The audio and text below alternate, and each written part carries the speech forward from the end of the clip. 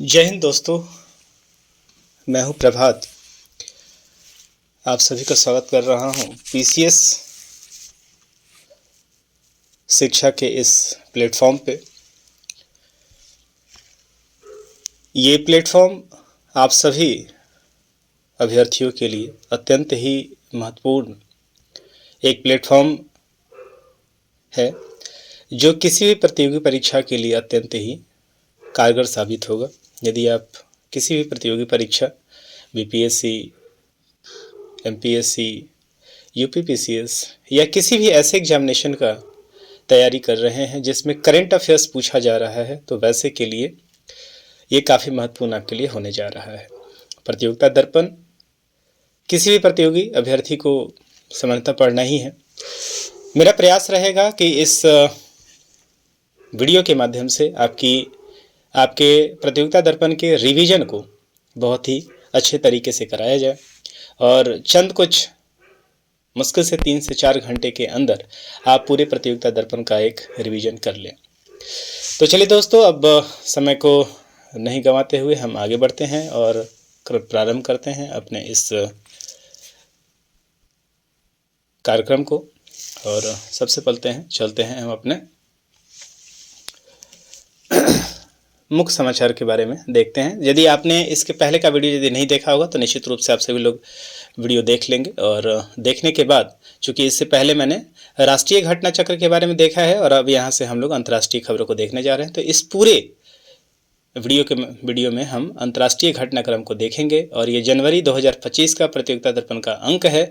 इस अंक में हम लोग देखेंगे मुख्यतः नवंबर और दिसंबर में हुए प्रमुख घटनाक्रमों के बारे में। आइए चलते हैं, प्रारंभ करते हैं अपने मुख्य बिंदु से। तो पूरे महीने जो घटनाक्रम हुआ नवंबर से लेकर दिसंबर के बीच में, उसको हम पहले एक बार मुख्य बिंदु के रूप में देख लेते हैं और फिर उसके बाद हम लोग एक एक करके इसका विश्लेषण करते जाएंगे। चलिए, अमेरिका में राष्ट्रपति पद पर डोनाल्ड ट्रंप की हुई वापसी। 20 जनवरी को शपथ लेंगे डोनाल्ड ट्रंप। प्रधानमंत्री श्री नरेंद्र मोदी की 3 दिवसीय यात्रा, 3 देशों की यात्रा हुई है संपन्न। नाइजीरिया, ब्राजील और गुयाना की यात्रा 21 नवंबर को संपन्न कर लिया है प्रधानमंत्री ने। G20 का 19वां शिखर सम्मेलन ब्राजील के रियो डी जेनेरो में संपन्न हुआ। जर्मनी के चांसलर ओलाफ सोल्ज भारत की यात्रा पे पहुंचे। स्पेन के राष्ट्रपति पेड्रो सांचेज की भारत यात्रा प्रारंभ हो चुकी है।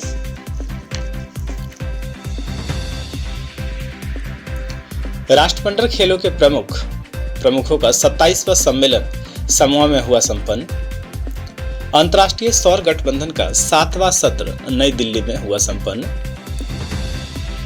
अमेरिका में पढ़ने वाले विदेशी छात्रों में भारतीय छात्रों की संख्या सर्वाधिक, अमेरिकन संस्था की एक रिपोर्ट आई। कोप परिवर्तन पर 29वां संयुक्त राष्ट्र सम्मेलन अजरबैजान के बाकू में हुआ संपन्न। और नेपाल यात्रा के दौरान भारतीय थल सेना अध्यक्ष जनरल उपेंद्र द्विवेदी को नेपाली सेना के जनरल की मानक रैंक की उपाधि दी गई। अब आइए खबरों को विस्तार से देखते हैं और प्रारंभ करते हैं आज के इस महीने का जो सबसे ज्यादा चर्चित खबर रहा, जिसे पूरी दुनिया इंतजार कर रही थी, वो खबर था अमेरिका का चुनाव। जिस तरह से भारत में आम चुनाव होता है, जनरल इलेक्शन होता है, ठीक उसी तरीके से अमेरिका में भी आम चुनाव होते हैं। और इस आम चुनाव में सबसे इम्पोर्टेंट बात यह है कि यूएसए को 4 जुलाई 1776 में आज़ादी मिल गई थी और उसके बाद से यूएसए में डेमोक्रेटिक व्यवस्था की नींव पड़ी और अमेरिका दुनिया का सबसे पुराना लोकतांत्रिक देश भी है। ऐसे में अब यहाँ पे 2024 में यहाँ का जनरल इलेक्शन हुआ, आम चुनाव हुआ। और इस बार आम चुनाव कुछ खास था। यहाँ पे खास इसलिए था क्योंकि इससे पहले जो बाइडन, जब इलेक्शन की घोषणा कर दी गई थी उसके पहले ही यहाँ के तत्कालीन जो राष्ट्रपति हैं वो राष्ट्रपति जो बाइडेन ने पहले ही इलेक्शन से अपना नाम वापस ले लिया, चुनाव से न्याय लिया और अपने जगह पे अभी जो उपराष्ट्रपति हैं भारतीय मूल की कमला हैरिस को उन्होंने मैदान में उतारा। चूँकि कमला हैरिस भारतीय मूल की हैं तो भारतीयों के साथ संवेदना रहती है, ये समझकर यूएसए में अब ये जनरल इलेक्शन होने जा रहा था।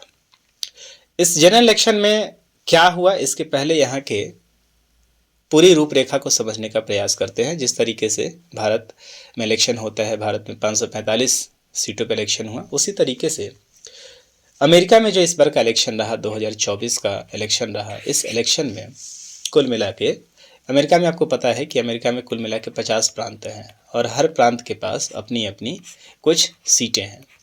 इन सीटों में यदि सभी को जोड़ दिया जाए तो कुल मिला के अमेरिका में 50 राज्यों से 538 सीटें बनती हैं। 538 सीटें जो हैं वो अमेरिका में होती हैं, जिसके लिए चुनाव इस पर कराया गया। और इस 538 सीटों को मुख्य रूप से यदि यहाँ की भाषा में कहें तो इलेक्टोरल कॉलेज कहा जाता है। और इस 538 सीटों के लिए अमेरिका में वोट डाले गए। 5 नवंबर 2024 को ये मतदान वहाँ पे संपन्न होता है। रिजल्ट जब आता है तो इस बार का रिजल्ट काफ़ी शॉकिंग रहा। शॉकिंग इसलिए रहा क्योंकि आपको याद आ रहा होगा कि 2017 से 21 के दौरान आपको बताते चले कि अमेरिका में अध्यक्षीय शासन व्यवस्था है और यहाँ पे जो अधिकार या जो शक्तियाँ भारत में प्रधानमंत्री के पास हैं वो सारी शक्तियाँ मुख्य रूप से आप देखेंगे तो राष्ट्रपति के पास होता है। ये वैसे में अध्यक्षीय शासन प्रणाली जहाँ भी है वहाँ पे ऐसे शक्तियाँ जो हैं वो राष्ट्रपति के पास होता है। 2017 से 21 के दौरान हम लोगों ने देखा था कि यहाँ के जो राष्ट्रपति थे वो डोनाल्ड ट्रंप थे। डोनाल्ड ट्रंप अपने बेबाक बातों के लिए जाने जाते हैं और 2021 के बाद ये चुनाव नहीं जीत पाए और स्थिति यहाँ तक ही गई कि राष्ट्रपति के ऊपर महाभियोग का भी आरोप लगाया गया, महाभियोग का मुकदमा भी चला, परंतु साबित नहीं हो सका। बावजूद उसके डोनाल्ड ट्रंप ने हार नहीं मानी और लगातार प्रयास करते रहे और अंततः आप देखेंगे इस पूरे चुनावी रंग में एक सबसे ज़्यादा महत्वपूर्ण जो घटना घटी जिसने पूरे इलेक्शन के मूड को बदल के रख दिया वो थी पेंसिल्वेनिया की घटना। ये आप देख पा रहे हैं मैप पे जो आप देख रहे हैं पेंसिल्वेनिया की घटना, ये वही जगह है जहाँ पे डोनाल्ड ट्रंप के ऊपर गोली चलाई गई थी। और ये आपको बताते चलें कि ये स्विंग राज्यों में से एक है। स्विंग राज्य वैसे राज्य होते हैं जहाँ पे किसी का गढ़ नहीं होता है। मुख्य रूप से यदि आप देखेंगे तो अमेरिका के पूरे 50 प्रांतों में से लगभग 43 ऐसे प्रांत हैं जिस प्रांत में यहाँ पे दो पार्टियाँ जो प्रमुख पार्टियाँ थीं उनका गढ़ था। अर्थात दो पार्टी का मतलब यहाँ पे ऐसे तो यहाँ से 4 उम्मीदवार मैदान में थे। पहला डेमोक्रेटिक, दूसरा रिपब्लिकन यहाँ से थे। एक और पार्टी थी यहाँ पे आपको बहुत कम सुनने को मिलेगा जो ग्रीन पार्टी कही गई थी। यहाँ पे ग्रीन पार्टी से भी एक उम्मीदवार थे और एक यहाँ से निर्दलीय पार्टी से भी एक व्यक्ति यहाँ से चुनाव लड़ रहे थे। तो डोनाल्ड जो ट्रंप हैं वो रिपब्लिकन को रिप्रेजेंट कर रहे थे। डेमोक्रेटिक के लिए कमला हैरिस मैदान में थी और इससे पहले आपको पता है कि कमला हैरिस को माना जा रहा था कि ये इलेक्शन जीत रही है, लेकिन पेंसिल्वेनिया की घटना में जहाँ पे डोनाल्ड ट्रंप के ऊपर गोली चलाई गई और ये गोली इनके कान से निकलते ही पूरी दुनिया में चर्चा का विषय बना और अंततः यहाँ पे डोनाल्ड ट्रंप जो है वो बच गए। बचने के बाद आप देखेंगे कि ये ऐतिहासिक घटना बन गई और इसी घटना ने पूरे अमेरिका के इलेक्शन को बदल के रख दिया, मूड को बदल के रख दिया और डोनाल्ड ट्रंप एक अच्छे मार्जिन से ये चुनाव जीतने के लिए जीत चुके हैं तत्काल। तो इसमें से मैं आपको बताता चलूं कि कुल जो यहाँ पे वोटिंग हुआ था वो वोटिंग यहाँ पे हुआ था 538 सीटों के लिए, जिसको इलेक्टोरल कॉलेज कहते हैं। तो 538 सीटों में जो इलेक्शन हुआ था ये आप देख पा रहे हैं, ये सारे जो आप मैप देख रहे हैं ये कुल मिला के अमेरिका के 50 प्रांतों को डिनोट करता है। तो 538 सीटों में से जो डोनाल्ड ट्रंप की पार्टी थी, डोनाल्ड ट्रंप को यहाँ पे आप देखेंगे 12 सीटें यहाँ पे मिली, जबकि वहीं पे कमला हैरिस की जो पार्टियां थी वो 226 सीट पे ही संतोष करना पड़ा। और जो मुख्य जो अंतर रहा वो अंतर रहा यहाँ के 7 स्विंग स्टेट्स। स्विंग स्टेट ऐसे स्टेट को कहा जाता है जहाँ पे इन दोनों ही पार्टी का मजबूत पकड़ नहीं होता है, और ऐसा कहा जाता है, अमेरिका में बिल्कुल स्पष्ट है कि जिसका स्विंग स्टेट के ऊपर मजबूत पकड़ है वो इलेक्शन आसानी से जीत जाता है। तो आप देखिए यहाँ पे जो स्विंग स्टेट के रूप में यहाँ पे एरिज़ोना, या आप देखिए यहाँ पे पेंसिल्वेनिया, ये जॉर्जिया आप यहाँ पे देख पा रहे हैं। उसके बाद आप देखिए मिशिगन आप देखेंगे यहाँ पे, उसके बाद आप नेवादा को देखेंगे, और इस तरीके से आप देखेंगे कुल यहाँ पे 7 स्विंग सीट हैं। और इसी 7 स्विंग में से पिछली बार जब जो बाइडन जीते हुए थे तो यहाँ पे 6 सीटों पे विजय हुए थे, लेकिन इस बार जो है वो मूड बदल गया। पेंसिल्वेनिया की घटना ने पूरा मूड बदल दिया, और यहाँ से जो 6 यहाँ के जो मुख्य क्षेत्र थे, यहाँ के अधिकांश वोटों को किसने जीत लिया, तो वो डोनाल्ड ट्रंप ने जीत लिया। और इसके कारण आप देखेंगे कि डोनाल्ड ट्रंप अब अमेरिका के लिए अगले राष्ट्रपति के रूप में चुने जा रहे हैं। और अमेरिका के राष्ट्रपति के इतिहास में यदि आप देखेंगे तो सबसे जो पहले राष्ट्रपति बने थे उनका नाम क्या था, जॉर्ज वॉशिंगटन।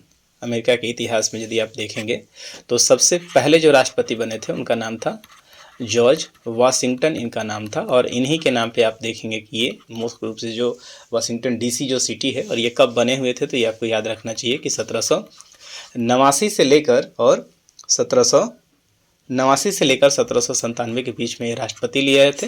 अमेरिका के राष्ट्रपति के बारे में 2 चीज़ें ध्यान देनी चाहिए कि एक तो यहाँ के राष्ट्रपतियों का कार्यकाल होता है केवल 4 वर्षों के लिए, और दूसरा जो इम्पोर्टेंट यहाँ पे फैक्ट ये है कि 4 वर्षों के बाद आप देखेंगे कि ये केवल मैक्सिमम 2 कार्यकाल के लिए चुने जा सकते हैं। भारत में ऐसा कोई नियम नहीं है कि आप केवल 2 बार के लिए चुन सकते हैं, अनिश्चितकालीन के लिए भी चुने जा सकते हैं, है ना। तो यहाँ कोई नियम नहीं है। तो चलिए, इस तरीके से हम लोगों ने देखा कि अमेरिका के राष्ट्रपति पद के इलेक्शन संपन्न हो गया है। डोनाल्ड ट्रंप अब 47वें राष्ट्रपति के रूप में अब यहाँ पे शपथ लेने वाले हैं। 20 जनवरी को ये शपथ यहाँ पे ले लेंगे, और 20 जनवरी के बाद यहाँ पे साथ ही साथ मैं आपको बताता चलूँ कि यहाँ के जो उपराष्ट्रपति के पद के लिए भी इलेक्शन, जब मैं आज ये वीडियो रिकॉर्ड कर रहा हूँ उसमें तक इलेक्शन हो चुका है, लेकिन अभी तक इसका परिणाम नहीं आया है। तो इसके परिणाम के बाद आप देखेंगे कि अमेरिका में उपराष्ट्रपति भी यहाँ से बन जाएंगे। तो उम्मीद है कि आप इस पूरे यूएस इलेक्शन के बारे में अपनी समझ विकसित कर लिए होंगे। चलिए अगले खबर की तरफ चलते हैं हम लोग। अगला खबर है यहाँ पे प्रधानमंत्री श्री नरेंद्र मोदी नाइजीरिया, ब्राज़ील और गुयाना की यात्रा पे पहुँचे। अब आप देख रहे हैं ये 3 इमेज आप देख रहे हैं, ये नाइजीरिया के राष्ट्रपति आपको यहाँ नज़र आ रहे हैं। यहाँ पे आप देख रहे हैं मोहम्मद इरफान अली को आप देख पा रहे हैं जो कि गुयाना के राष्ट्रपति हैं, और यहाँ पे आप देख रहे हैं कि डोमिनिकन रिपब्लिकन के राष्ट्रपति आप यहाँ पे देख पा रहे हैं। अब ये पूरा का पूरा जो मुद्दा ये था कि हाल फिलहाल में G20 का सम्मेलन जो कि ब्राज़ील में आयोजित होना था, इस G20 के सम्मेलन को लेकर प्रधानमंत्री 16 से लेकर 21 नवंबर तक, कुल मिलाकर 16 से लेकर 21 नवंबर तक पश्चिम की यात्रा पे रहे। पश्चिम की यात्रा के दौरान वो सबसे पहले आके लैंड करते हैं कहाँ पे, सबसे पहले पश्चिम की यात्रा के दौरान ये अफ्रीका में आके लैंड करते हैं। अफ्रीका में लैंड इसलिए करते हैं क्योंकि आपको याद होगा कि जो G20 की पिछला जो सम्मेलन हुआ था, जो पिछला सम्मेलन 2023 का G20 का जो 18वां सम्मेलन था वो भारत में हुआ था। और भारत में सम्मेलन जो है वो इम्पोर्टेंट इसलिए था क्योंकि G20 जो है वो अफ्रीकन यूनियन को भारत के प्रयासों से G20 का हिस्सा बना दिया गया था, और G20 में 21 मेंबर इसके साथ ही हो गए थे। ठीक है, तो इस चीज़ को लेकर यहाँ पे भारत जो है वो लगातार अपना इन्वेस्टमेंट भी कर रहा है, और इस चीज़ को लेकर भारत लैंड करते हैं यहाँ के एक बहुत ही बड़े देश अफ्रीका के एक बहुत ही बड़े देश नाइजीरिया में। और नाइजीरिया में जब 16 नवंबर को भारतीय प्रधानमंत्री यहाँ पे आते हैं तो नाइजीरिया के साथ कई सारे वार्ता भी यहाँ पे होती हैं। और यहाँ पे सबसे इम्पोर्टेंट बात यह है कि नाइजीरिया की जो राजधानी आप देखेंगे, नाइजीरिया की राजधानी कहाँ पे है, तो अबूजा जो है वो राजधानी जो है, नाइजीरिया की राजधानी कहाँ पे है, तो अबूजा जो है वो राजधानी है नाइजीरिया की। और नाइजीरिया के राष्ट्रपति के द्वारा भारत को सम्मानित किया गया है। ठीक है, नाइजीरिया के राष्ट्रपति के द्वारा अपने देश का दूसरा सर्वोच्च सम्मान यहाँ पे दिया गया, और यहाँ पे अपने इस सम्मान के दौरान प्रधानमंत्री ने ग्लोबल साउथ का मुद्दा उठाया। आपको पता है कि भारत बड़ी मजबूती से पूरी दुनिया में ग्लोबल साउथ का मुद्दा उठा रहा है और ग्लोबल साउथ को मजबूत करने का प्रयास कर रहा है। ग्लोबल साउथ मुख्य रूप से विकसित और विकासशील देशों का एक समूह माना जा रहा है। हालांकि ये ऑफिशियल कोई संगठन नहीं है। जो मुख्य रूप से आप देखेंगे कि इन सबों का जो लोकेशन है वो समांतर कर्क रेखा के दक्षिण में है, इसलिए इस पूरे गठबंधन को ग्लोबल साउथ का नाम दे दिया जाता है और उसका जो मुख्य रूप से नेतृत्व कर रहा है भारत कर रहा है। और इसी ग्लोबल साउथ का नेतृत्व करने के दौरान ही G20 के दौरान भारत ने अफ्रीका को क्या किया था, अपना मेंबर बनाया था। ठीक है, तो नाइजीरिया से जो सबसे इम्पोर्टेंट बात आपको देखने के लिए मिलेगा, यहाँ 17 वर्ष के बाद किसी भारतीय पीएम की यात्रा की गई थी। इसके पहले यदि कोई पीएम यहाँ पे आए थे तो पूर्व प्रधानमंत्री, जिनका हाल फिलहाल में निधन भी हो गया है, तो हमारे प्रधानमंत्री डॉक्टर मनमोहन सिंह यहाँ पे आए थे। 2007 में डॉक्टर मनमोहन सिंह यहाँ पे आए थे और वहाँ से पहली बार आप देखेंगे कि दोनों ही देशों के बीच में स्ट्रैटेजिक पार्टनरशिप की यहाँ से नींव पड़ी थी। तो भारत के लिए निवेश के हिसाब से पूरा देश जो है इम्पोर्टेंट है और नेचुरल मिनरल्स के हिसाब से ये देश काफ़ी इम्पोर्टेंट है। यही कारण है कि भारतीय प्रधानमंत्री यहाँ पे पहुँचे और खुले दिल से नाइजीरिया के राष्ट्रपति ने भी स्वागत भी किया। यहाँ के राष्ट्रपति का जो नाम है वो नाम आप देख सकते हैं, टिनुबू जो है यहाँ के राष्ट्रपति हैं। ठीक है, तो टिनुबू हैं, ओला अहमद टिनुबू यहाँ के नाम है। ठीक है, तो सेकेंड पुरस्कार यहाँ पे मिला है, सेकेंड सर्वोच्च पुरस्कार नाइजीरिया से प्राप्त हुआ। नाइजीरिया के बाद भारत पहुँचते हैं यहाँ से भारतीय प्रधानमंत्री, अब कैरेबियन कंट्री पहुँच जाते हैं और कैरेबियन कंट्री जो है वो गुयाना पहुँचते हैं। भारत कैरेबियन कंट्री गुयाना पहुँचते हैं और गुयाना में भी खुले दिल से इसके बीच में हालांकि आप देखेंगे 17 नवंबर को भारतीय प्रधानमंत्री कहाँ पहुँचते हैं, तो ब्राज़ील पहुंचते हैं। और ब्राज़ील में आपको पता है कि ब्राज़ील में क्या हो रहा था, G20 का रियो डी जेनेरियो में G20 का सम्मेलन चल रहा था और वहाँ के राष्ट्रपति जो हैं वो लुइस इनासियो लुला डी सिल्वा, ये यहाँ पे तो अगले स्लाइड में हम लोग देखेंगे, यहाँ पे G20 के बारे में जानकारी प्राप्त करेंगे। और G20 के बाद यहाँ पे जस्ट बगल में यहाँ पे आप देखेंगे कि भारतीय प्रधानमंत्री गुयाना पहुँचते हैं और 19 नंबर गुयाना जो कि एक करीबाई देश है और इसकी राजधानी कहाँ पे है, तो गुयाना की राजधानी आप याद रखेंगे कि जॉर्ज टाउन है। ठीक है, गुयाना की राजधानी कहाँ पे है, जॉर्ज टाउन है और यहाँ के राष्ट्रपति थे मोहम्मद इरफान अली, आप यहाँ पे इमेज में देख पा रहे हैं। और यहाँ के राष्ट्रपति के द्वारा अपने प्रधानमंत्री को अपने सर्वोच्च सम्मान से सम्मानित किया गया और इस तरीके से इस गुयाना में भारतीय प्रधानमंत्री को अपना 17वां सर्वोच्च सम्मान मिला है। 17वां किसी देश के द्वारा दिया गया सम्मान था और उसके बाद भारतीय प्रधानमंत्री पहुंचते हैं सीधा ही कहाँ पे, डोमिनिका रिपब्लिकन, जो कि आप देख पा रहे हैं ये मैप में हैती के जस्ट बगल में है अटलांटिक ओशन सी और यहाँ पे कैरेबियन सी के पास में एक और अगला देश है जहाँ पहुँचते हैं भारतीय प्रधानमंत्री, जिसका नाम है डोमिनिकन रिपब्लिकन। यहाँ के भी राष्ट्रपति ने आप देखा कि यहाँ के राष्ट्रपति सिलेमनी बटन यहाँ ने भी यहाँ भारतीय प्रधानमंत्री का काफ़ी सम्मान किया गया और इन्हें भी सर्वोच्च सम्मान से सम्मानित किया गया। और इस तरीके से आप देखेंगे कि प्रधानमंत्री को 17वां यहाँ पे डोमिनिका रिपब्लिकन में 18वां सम्मान भारतीय प्रधानमंत्री को दिया गया है और यहाँ की राजधानी है सैंटो डोमिंगो, इस बात को आप याद रखेंगे। तो इस तरीके से 16 से 21 और फिर भारतीय प्रधानमंत्री 22 नवंबर को दिल्ली लौट के आते हैं और इस तरीके से यात्रा समाप्त होती है। तो यात्रा हालांकि G20 सम्मेलन के लिए किया गया था, लेकिन आप देखेंगे भारतीय प्रधानमंत्री इसी के बीच नाइजीरिया, गुयाना और डोमिनिकन की यात्रा करते हैं और वहाँ से सर्वोच्च सम्मान उन्हें दिया जाता है। चलिए आगे खबर की तरफ चलते हैं, अगले स्लाइड में चलते हैं। G20 सम्मेलन पिछली बार भारत में धूम मचा रहा था और पूरी दुनिया में भारत की वाहवाही हो रही थी जब भारत ने 2023 में G20 सम्मेलन कहा था। G20 में एक टर्मिनोलॉजी इस्तेमाल होता है जिसको ट्राइका कहा जाता है, मतलब वैसे देश जो अभी भारत ट्राइका का हिस्सा है, क्योंकि 2023 में भारत ने G20 को होस्ट किया था। 2024 जो है वहाँ पे अभी ब्राज़ील में इस G20 का सम्मेलन चल रहा है और अगला जो G20 सम्मेलन यहाँ पे होने वाला है वो कहाँ पे होगा, जैसा कि आप देख पा रहे हैं तो 2025 में ये सम्मेलन दक्षिण अफ्रीका में प्रस्तावित है। तो इससे पहले कि मैं G20 के सारे चीज़ों को लेकर आगे बढ़ूं, सबसे पहले जो G20 के सम्मेलन के कुछ इम्पॉर्टेंट फैक्ट के बारे में हम लोग जान लेते हैं। तो सबसे पहले देख लीजिए कि G20 एक विकसित और विकासशील देशों का समूह है। कैसा है? विकसित और विकासशील देशों का समूह है जो मुख्य रूप से आर्थिक गतिविधियों से संबंधित अपने विचारों को रखता है और भी पर्यावरण से संबंधित यदि कुछ ऐसे विचार हैं जिसके ऊपर चर्चा यहाँ पे की जाती है। हालांकि जो मुख्य इसका उद्देश्य है वो आर्थिक ही है। और यहाँ पे G20 सम्मेलन के बारे में अभी हाल फिलहाल में, पिछली बार आपको याद आ रहा होगा कि अब ये G20 नहीं रहा, यहाँ पे अब अफ्रीकन यूनियन मिल चुका है। तो G20 में आप देखेंगे ये कौन कौन से देश हैं यहाँ पे, तो अर्जेंटीना, ऑस्ट्रेलिया, ब्राज़ील, कनाडा, चीन, France, Germany, Bharat, Indonesia, Italy, Japan, Mexico, रूस, सऊदी अरब, दक्षिण अफ्रीका, दक्षिण कोरिया, तुर्की, ब्रिटेन, अमेरिका और यूरोपियन यूनियन और अफ्रीकन संघ। तो यहाँ पे आप देख रहे हैं स्पष्ट रूप से 19 देश हैं प्लस 2 यूनियन। 19 देश और 2 यूनियन में हम आपने देखा कि यूरोपियन यूनियन है प्लस अफ्रीकन यूनियन है। और अफ्रीकन यूनियन पिछली बार भारत में नई दिल्ली में जो सम्मेलन हुआ था, वहाँ पे G20 समिट हुआ था, उसके दौरान बनाया गया था। G20 की यदि आप बात करेंगे तो G20 का पहला सम्मेलन कब हुआ था? नवंबर 2008 में हुआ था, वाशिंगटन DC में हुआ था। ठीक है।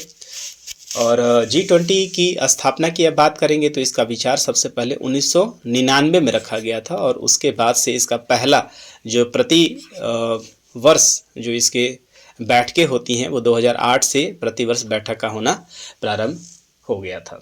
ठीक है।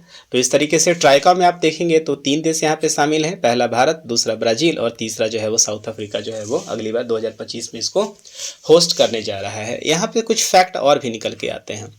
तो आज की डेट में यदि आप देखेंगे तो पूरी दुनिया का G20 एक, मुझे लगता है दुनिया का एक सबसे बड़ा इकोनॉमिकल संगठन है, क्योंकि पूरी दुनिया के इकोनॉमी का, पूरी दुनिया के GDP का ये 85% जो ये 19 देश प्लस 2 यूरोपियन यूनियन है, ये पूरी दुनिया का 85% GDP को कवर करते हैं।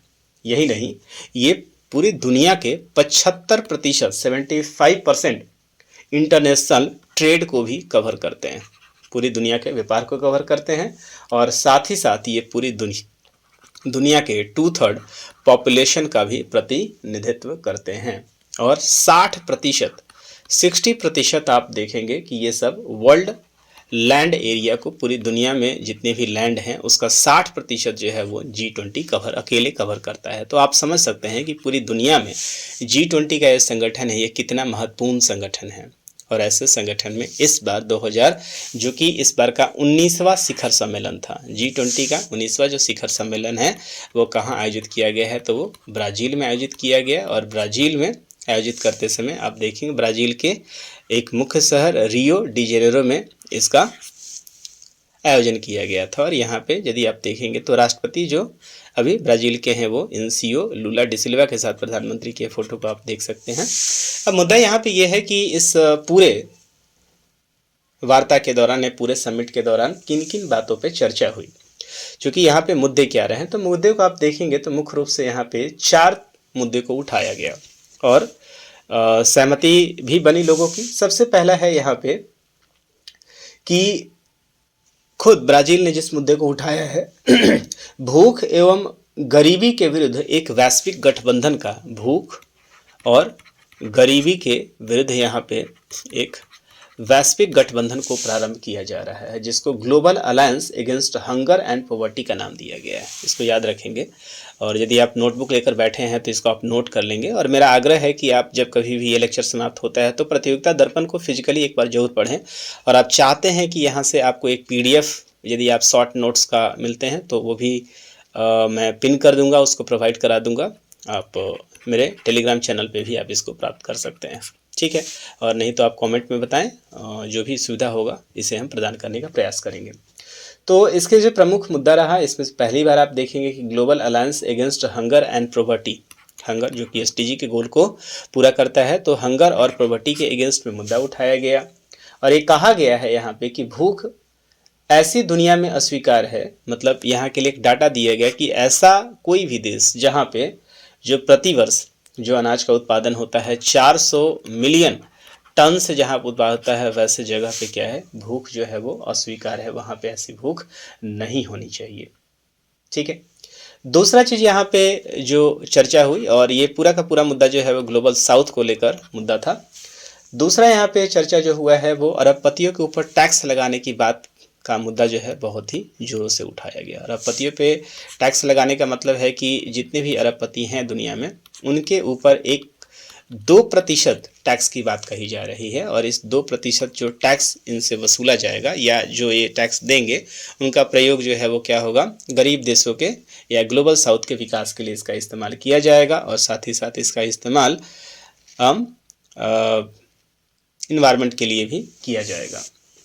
तीसरा जो नेक्स्ट मुद्दा रहा वो मुद्दा पुराना मुद्दा है, फ़िलिस्तीन का मुद्दा यहाँ पे उठाया गया था, और फ़िलिस्तीन के मुद्दे के लिए द्विराष्ट्र, 2 राष्ट्रों की थ्योरी, हालांकि भारत इसका पहले से समर्थन करता रहा है, इसका भी यहाँ पे बात उठाया गया था, और यहाँ पे सभी जगहों पे यहाँ पे सहमति मिल गई है। तो इस तरीके से ये पूरा का पूरा जो है वो सम्मेलन संपन्न हुआ, और ब्राज़ील इस बार G20 का 19वां शिखर सम्मेलन ब्राज़ील में, जहाँ पे इसका थीम क्या था, इस बात को याद रखेंगे, building a just world and a sustainable planet. इस चीज़ को याद रखेंगे, ये इसका लोगो है, और यहाँ पे building a just world and a sustainable planet इसका पूरा का पूरा ये थीम रहा, जिसको हम हिंदी में कहेंगे तो एक न्याय संगत विश्व एवं टिकाऊ ग्रह का निर्माण। इस बात को आप याद रखेंगे, इस बात को निश्चित रूप से याद रखेंगे, और कहीं आप यदि लिख रहे हो तो निश्चित रूप से इसे लिख लेंगे। और इसका सम्मेलन तो आप कहीं भी किसी एग्ज़ाम की तैयारी कर रहे हैं, निश्चित रूप से इस तरह के ऐसे प्रश्न जो हैं वो आपसे पूछे जा सकते हैं। चलिए आगे चलते हैं। तो विस्तृत रूप में हमने इसकी चर्चा कर ली है, आगे बढ़ते हैं। जर्मनी के चांसलर ओलाफ सोल्ज की भारत यात्रा हुई है, ये आप देख पा रहे हैं। तो जर्मनी में जो हमारे राष्ट्रपति के इक्विवेलेंट होते हैं उनको क्या कहा जाता है, चांसलर कहा जाता है। इस बात को आप याद रखेंगे, जर्मनी में जो होते हैं उनको क्या कहा जाता है। और यहाँ पे आए क्यों थे, तो ये प्रधानमंत्री के आमंत्रण पे भारत आए हुए थे।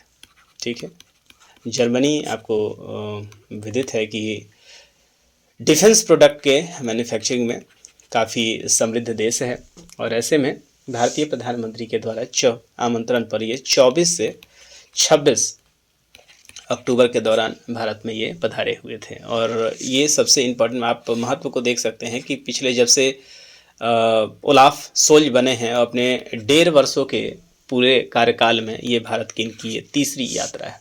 ठीक है, और इनका जो उद्देश्य था भारत आने का, वो उद्देश्य था इस बार का 18वां जो एशिया प्रशांत महासागर, एशिया प्रशांत जो सम्मेलन यहाँ पे हो रहा था, इस सम्मेलन में ये हिस्सा लेने के लिए यहाँ पे आए हुए थे।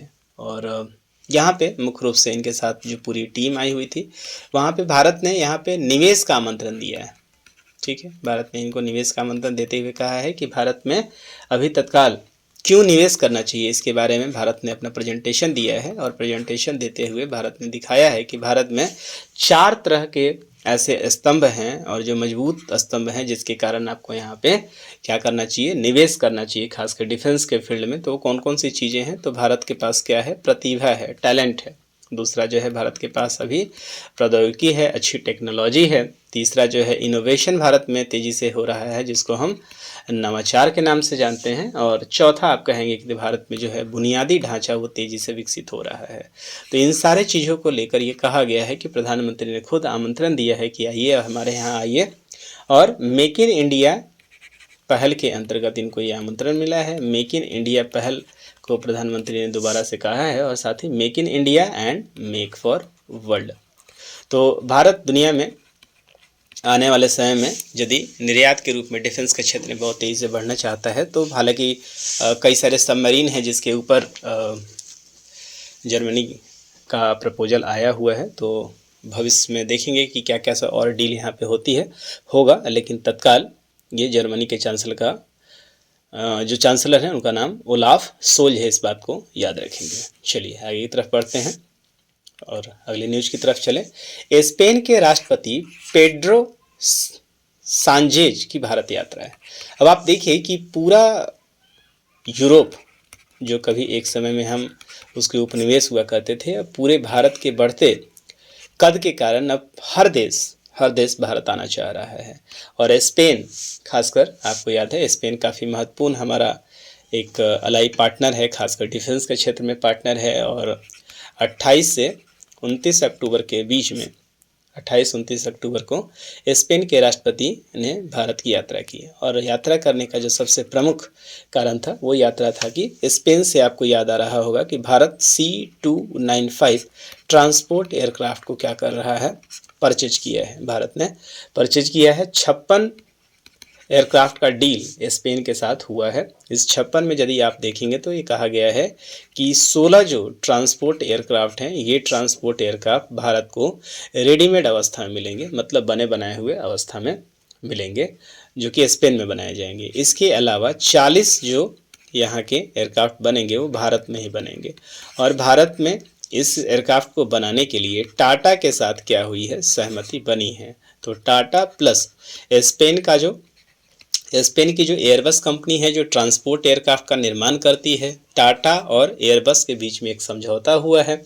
और इनके बीच में समझौते के बाद जो इनका मैन्युफैक्चरिंग हब बना है, असेंबली लाइन बना है, वो कहाँ पे बना है, तो वडोदरा में बनकर ये तैयार हो गया है। वडोदरा के टाटा एयरक्राफ्ट कॉम्प्लेक्स में ये बनकर तैयार हो गया है। और इसी चीज़ के उद्घाटन के लिए यहाँ पे स्पेन के राष्ट्रपति पेड्रो सांचेज की यात्रा हुई है। आपको बताते चलें कि इंडियन एयरफोर्स के पास अभी तत्काल ट्रांसपोर्ट एयरक्राफ्ट का शॉर्टेज चल रहा है। ऐसे तो फाइटर की भी शॉर्टेज है, लेकिन ट्रांसपोर्ट का शॉर्टेज चल रहा है। और ऐसे में भारत का पुराना हो चुका फ्लीट एब्रो को रिप्लेस करने के लिए भारत पे एक मल्टी रोल ट्रांसपोर्ट एयरक्राफ्ट को भारत ने परचेज किया है, जो कि स्पेन बनाया गया है। और ये काफ़ी मल्टी यूटिलिटी ट्रांसपोर्ट एयरक्राफ्ट है, जिसे हम लोग C-295 के नाम से जानते हैं। और ये मुख्य रूप से भारत के फ्लीट एब्रो को रिप्लेस करने के लिए लिया जा रहा है। और सबसे इम्पॉर्टेंट बात यहाँ पे ये है कि जो टाटा की असेंबली लाइन यहाँ पे बड़ोदरा में बनी है, उसने कहा है कि 2 वर्ष के बाद, मतलब 2024 आज चल रहा है, समाप्त हो चुका, तो 2026 तक ये कम से कम अपनी पहला प्रोडक्शन दे देंगे अपने भारत में। स्वदेशी यहाँ असेंबल किए हुए एयरक्राफ्ट ये 2026 में बनकर तैयार हो जाएगा। और अगस्त 2031 तक बाकी बचे ये 29 जहाज़ों को भारतीय वायुसेना को हैंडओवर कर देंगे और ये पूरी तैयार होगा। संभव है कि आने वाले समय में भारत में अब ट्रांसपोर्ट एयरक्राफ्ट के निर्माण का भी रास्ता साफ हो जाएगा। और आप देखेंगे कि भारत में अब बड़ा निर्माण हब भी यहाँ पे बनने जा रहा है। तो ये भारत के लिए एक बड़ी खुशखबरी की बात है। चलिए और आगे चलते हैं। यहाँ पे साथ ही साथ एक और चीज़ आपको याद आ रहा होगा, बीपीएससी ने एक बहुत पहले एक प्रश्न पूछा था 2019, यदि मैं गलत नहीं हूँ तो 2019-20 के आसपास एक प्रश्न पूछा था ड्रॉट अलायंस के ऊपर। तो स्पेन ने अपने इस यात्रा के दौरान भारत को इंटरनेशनल ड्रॉट रेजिलेंस अलायंस के लिए, दैट इज जिसको हम EIDRA के नाम से जानते हैं, इंटरनेशनल ड्रॉट रेजिलेंस अलायंस, इसके लिए भारत को आमंत्रित किया है। और इसका मुख्य जो उद्देश्य रहता है वो पूरी दुनिया में सूखे प्रभावित क्षेत्रों से निपटना होता है। तो मुझे उम्मीद है कि आप स्पेन की इस यात्रा के पूरी भावार्थ को समझ चुके होंगे। और ये जो एयरक्राफ्ट आपके सामने दिख रहा है C-295 कुछ समय के बाद भारत में उड़ान भरता हुआ नजर आएगा। चलिए आगे देखते हैं। और अब देखते हैं यहाँ पे राष्ट्रमंडल, राष्ट्र के प्रमुखों का 27वां सम्मेलन समोआ में संपन्न हो गया है। ठीक है, तो राष्ट्रमंडल प्रमुखों के बारे में आपको बता दें यहाँ पे कि जो राष्ट्रमंडल CHOGM आप यहाँ पे देख रहे हैं, इसका मुख्य रूप से जो फुल फॉर्म होता है वो क्या होता है,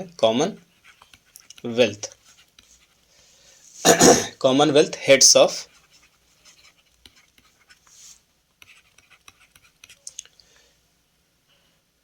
गवर्नमेंट मीटिंग। ठीक है, तो ये मुख्य रूप से द्विवार्षिक ये मीटिंग होता है, प्रत्येक 2 वर्षों पे ये मीटिंग कराई जाती है। और कॉमनवेल्थ के बारे में आप सभी को पता होगा कि कॉमनवेल्थ ऐसे राष्ट्रों का एक समूह है, एक ऐसा समूह है जिसको UK लीड करता है। ये कहीं ना कहीं वैसे देश जो अपने औपनिवेशिक सत्ता का हिस्सा बने हैं, उन सारे देशों का संगठन है। और मुख्यतः ये खेल के माध्यम से एक दूसरे से जुड़े हुए होते हैं। और कॉमनवेल्थ गेम्स आप सभी को याद होगा। और कुल इस कॉमनवेल्थ गेम में आप देखेंगे 56 राष्ट्र जो हैं वो इसके सदस्य हैं। तो इसकी बैठक हुई है अभी हाल फिलहाल में। और 2022 में आप देखेंगे कि महारानी एलिजाबेथ की मृत्यु हो गई थी, एलिजाबेथ द्वितीय की मृत्यु हो गई थी। और उसके बाद आप देखेंगे कि इसका जो उद्घाटन समारोह है वो चार्ल्स तृतीय जो है वो यहाँ का उद्घाटन इस बैठक का कर रहे थे। और 28वां जो द्विवार्षिक सम्मेलन होगा यहाँ पे, शिखर सम्मेलन, जो कि 2026 में आयोजित किया जाएगा, ये कहाँ पे किया जाएगा तो एंटीगुआ में किया जाएगा। एंटीगुआ और बारबोडा में यहाँ पे प्रस्तावित है, इस चीज़ को याद रखेंगे। तो ये कहाँ पे हुआ है तो ये समोआ में संपन्न हुआ है ये पूरा। तो विशेष यहाँ से कुछ प्रश्न आपको बहुत ज़्यादा नहीं बनेगा, लेकिन बस इतना जान लेना है कि ये 56 देशों का एक समूह है और खेल के लिए बहुत इंपॉर्टेंट खबर है। यहाँ पे आप देख रहे हैं ISA, इंटरनेशनल सोलर अलायंस इसे कहते हैं, और इंटरनेशनल सोलर अलायंस का ये 7वां सत्र का जो बैठक है वो नई दिल्ली में संपन्न हुआ है। तो इंटरनेशनल अलायंस के लिए आप सबसे इम्पोर्टेंट बात यह है कि इंटरनेशनल अलायंस जो है वो इंडिया और फ्रांस का एक साझेदारी है, जिसको शुरू किया गया था। और इसका मुख्य जो उद्देश्य है वो उद्देश्य है पूरे विश्व को एक ग्रिड से जोड़ना और पूरे देश में सोलर एनर्जी को प्रमोट करना, ये पूरा का पूरा इसका उद्देश्य है। और अंतर्राष्ट्रीय सौर गठबंधन का यह 7वां सत्र यहाँ पे संपन्न हुआ है, और वो भी कहाँ हुआ है तो भारत में संपन्न हुआ है। इसके बारे में आपको बताते चलें कि कॉन्फ्रेंस ऑफ पार्टी के 21वें सम्मेलन के दौरान, COP21 के दौरान, दैट इज 2015 में ये सम्मेलन संपन्न हुआ था। तो COP पेरिस में आपको याद आ रहा होगा कि पेरिस में ये संपन्न हुआ था। COP21 2015 का सम्मेलन हुआ था, और यहाँ पे कुल मिला के 2015 में इसका सम्मेलन था। और इसका हेडक्वार्टर, पहला इंटरनेशनल ऑर्गेनाइजेशन है जिसका हेडक्वार्टर कहाँ पे है, भारत में है, और वो गुरुग्राम में इसका हेडक्वार्टर है। तो इसका वार्षिक रूप से इसका सम्मेलन होता रहता है।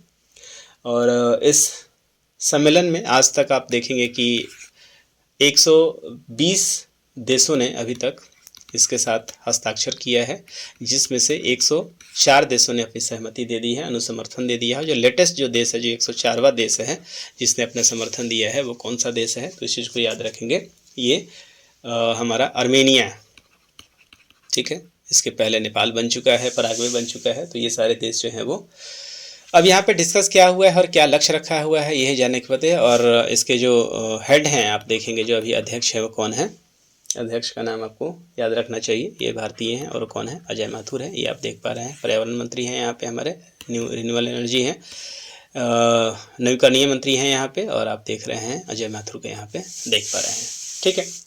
तो इस बार का जो मुख्य रूप से आप देखेंगे कि क्या रिपोर्ट निकल कर आया है, तो पूरी दुनिया में एक बहुत इंपॉर्टेंट डाटा है जिसका इस्तेमाल आप कहीं भी कर सकते हैं। तो पूरी दुनिया की जो ग्लोबल सोलर कैपेसिटी जो हुई है उसमें एक ग्रोथ देखने को मिला है। और ग्रोथ देखने को मिला है क्या, 2000 तक पूरी दुनिया में जो सोलर की कैपेसिटी थी वो 1.22 गीगावाट था।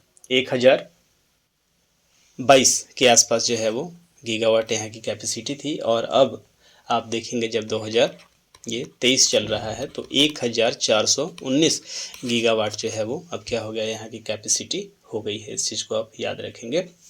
और 2024 में वैश्विक सोलर सेक्टर में आप लगभग 500 बिलियन डॉलर के अरब या 500 अरब निवेश का लक्ष्य रखा गया है।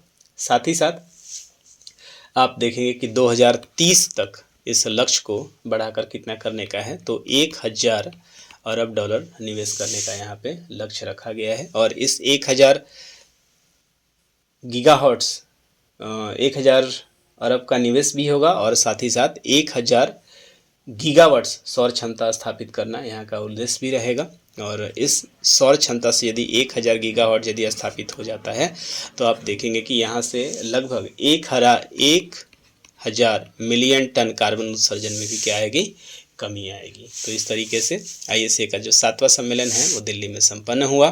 स्थापना इसकी कब हुई थी, तो 2015 में इसको शुरू किया गया था। भारत और फ्रांस के सहयोग से शुरू किया गया था COP21 के दौरान, 2015 के दौरान। अभी 7वां हो गया है, 104 इसके देशों ने समर्थन अपना दे दिया है। आगे बढ़ते हैं।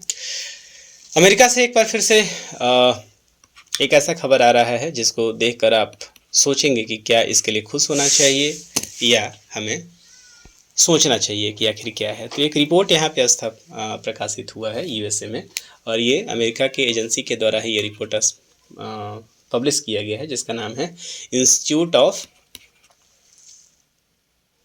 International education. ये एक रिपोर्ट प्रकाशित किया गया है यूएसए के द्वारा। इस रिपोर्ट में कहा गया है कि पूरी दुनिया से जो यूएसए में एजुकेशन के लिए जो छात्र आते हैं, उन छात्रों की जो कुल संख्या यदि आप देखेंगे, कुल संख्या जो है यहाँ पे कुल विदेशी छात्रों की संख्या 11.26 लाख है ना। लगभग 11.25 लाख जो विद्यार्थी हैं पूरी दुनिया से अमेरिका में हायर एजुकेशन के लिए पढ़ने के लिए आते हैं। और उस 11 लाख में से जो आप देखेंगे सबसे ज़्यादा जो पढ़ने वाले यहाँ पे हो गए हैं, उनकी संख्या भारतीयों की हो गई है। और भारत से अभी तत्काल में 3.31 लाख, मतलब 3.31 लाख भारतीय अभी अमेरिका में पढ़ रहे हैं। और दूसरे नंबर पे कौन है? चीन है, जहाँ पे 2.77 लाख विद्यार्थी जो हैं वो अभी शिक्षा के लिए अमेरिका में हैं। और इस बार आप देखेंगे 2023 के वनिष्वत में जो भारत में ग्रोथ हुआ है, बहुत बड़ा ग्रोथ देखने को मिला है। लगभग यहाँ पे आप देखेंगे पहले 23% हुआ करता था, और यहाँ पे 6% ग्रोथ के साथ अब यहाँ ग्रोथ हो गया है 29%। ठीक है, तो 6% का यहाँ ग्रोथ देखने को मिला है। अब इससे दो चीज़ें यहाँ पे होती हैं, या पहला कि भारत की जो एजुकेशन सिस्टम है, भारत की जो उच्च शिक्षा व्यवस्था है, वहाँ से आप देखेंगे कि उतना स्ट्रांग नहीं है, जिसके कारण अधिकांशतः लोग यहाँ पे आ रहे हैं या अन्य भी देशों में जा रहे हैं। एक तो इसका ये कारण भी हो सकता है, और यही कारण है कि भारत में आपको ब्रेन ड्रेन की समस्या देखने को मिलती है। दूसरा कारण यहाँ पे जो ये हो सकता है कि जो सुविधाएं हैं वो भारत के वनिस्पत अमेरिका में काफ़ी अच्छे हैं। रिसर्च की जो सुविधाएं हैं वो काफ़ी अच्छी हैं, और यही कारण है कि भारत में जो भी लोग सक्षम हैं, भारत का जो एक उछला तबका जो सक्षम है, वो अधिकांश लोग यहाँ आके शिक्षा ग्रहण कर रहे हैं। चलिए आगे बढ़ते हैं। तो इससे ज़्यादा यहाँ पे कुछ नहीं देखने की ज़रूरत है।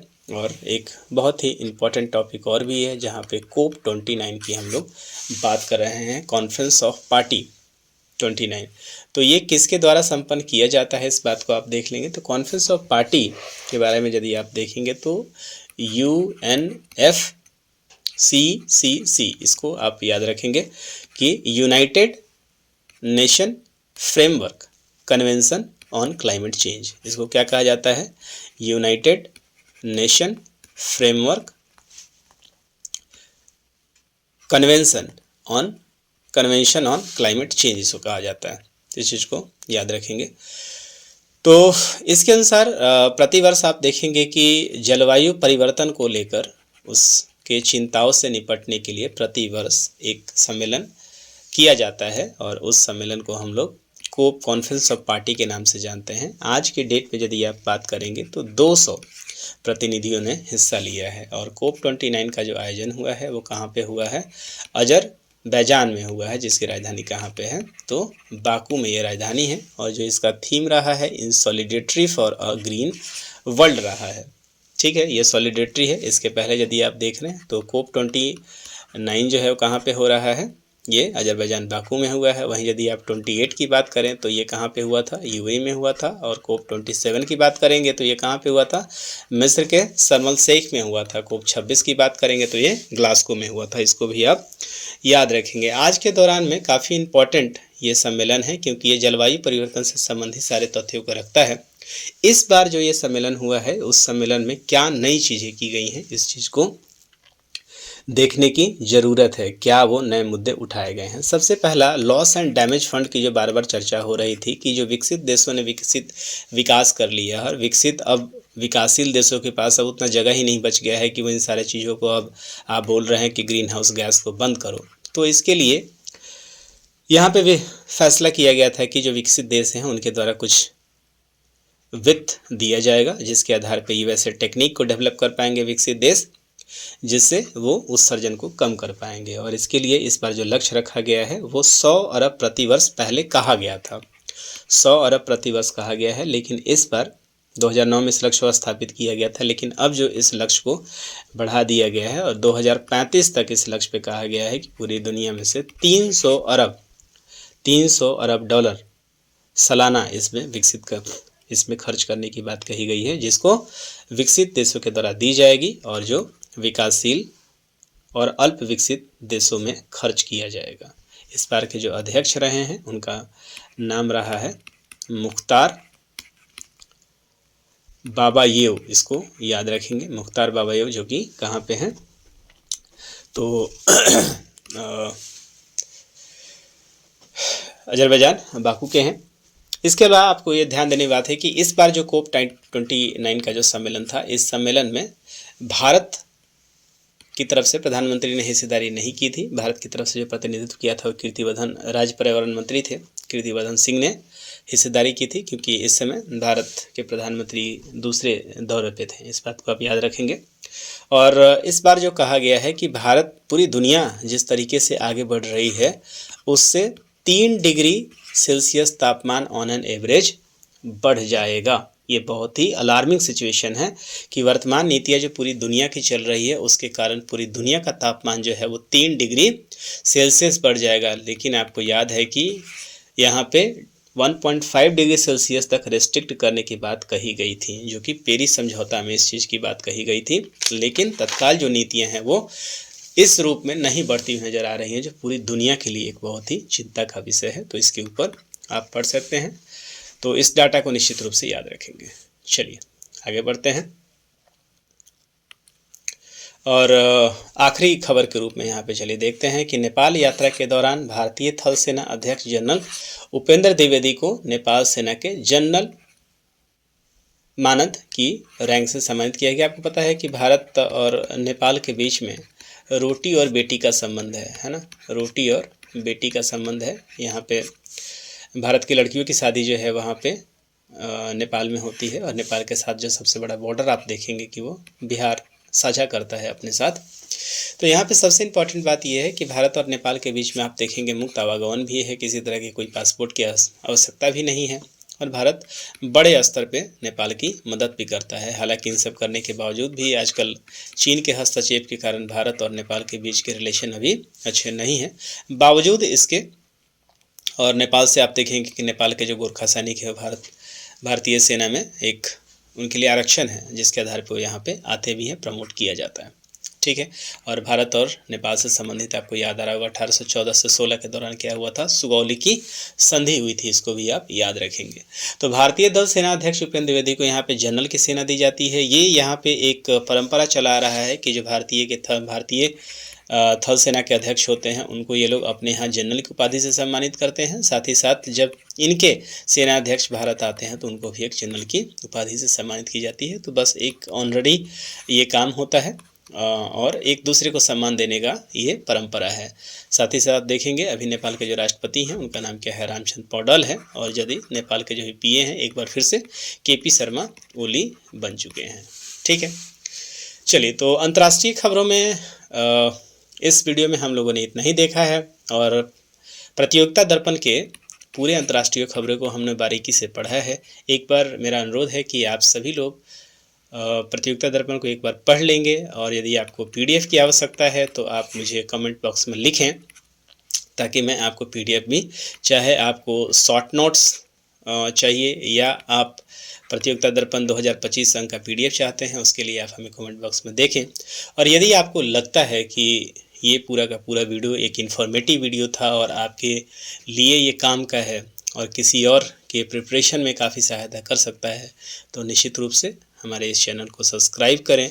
और उन लड़कों तक, मेरा उद्देश्य है कि उन बच्चों तक उन अभ्यर्थियों तक हमारा ये चैनल पहुंच पाए जहां पैसे की कमी के कारण या वो लोग सही ढंग से पढ़ाई नहीं कर पाते हैं। तो यदि मैं वहां तक पहुंच पाया तो ये सार्थक एक पहल होगा।